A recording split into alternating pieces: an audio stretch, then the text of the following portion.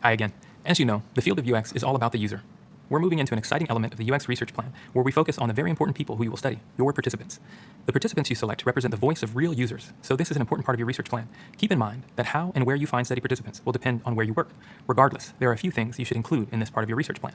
To get started, your research plan should include a list of the primary characteristics of the people you will recruit to participate in the study. Have a good reason for each and every characteristic. The types of participants you select should be based on your research goals. For example, for a usability study for a dog walking app, you might want to recruit participants who are dog owners with full-time jobs and who go out for activities more than once a week.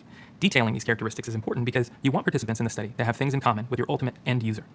In addition, listing characteristics of participants helps you avoid sample bias. You may remember that sample bias happens when you unintentionally choose study participants from a select group.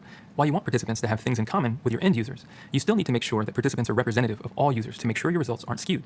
You'll also want to create and include a link to a form called a screener survey, which you'll use to ask potential participants a series of questions to see if they meet your desired characteristics. In addition, you need to think through how to get participants to be part of your study, known as the incentive.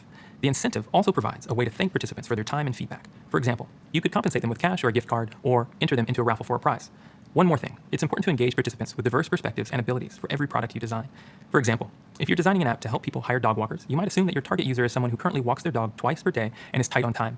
One characteristic then would be someone who walks their dog regularly. But what about users with visual impairments? They might also be interested in your dog walking app, so you need to make sure your app is compatible with screen readers. When recruiting participants for your usability study, you want to have a representative sample. The small group of participants in your usability study should represent your key user group, as well as user groups that are often marginalized. The goal of a usability study is to collect honest feedback from users, so you want to gather feedback from people with really diverse perspectives. In addition, you should also engage participants with diverse abilities during your usability studies. Understanding how people with disabilities use your product is a crucial part of the UX research and design process. If your product isn't already compatible with assistive technology, then you need to investigate how people with disabilities interact with your product. Don't assume you already know the workarounds that someone uses to navigate a product that wasn't designed with their specific needs in mind. Participants in the usability study can provide this feedback firsthand.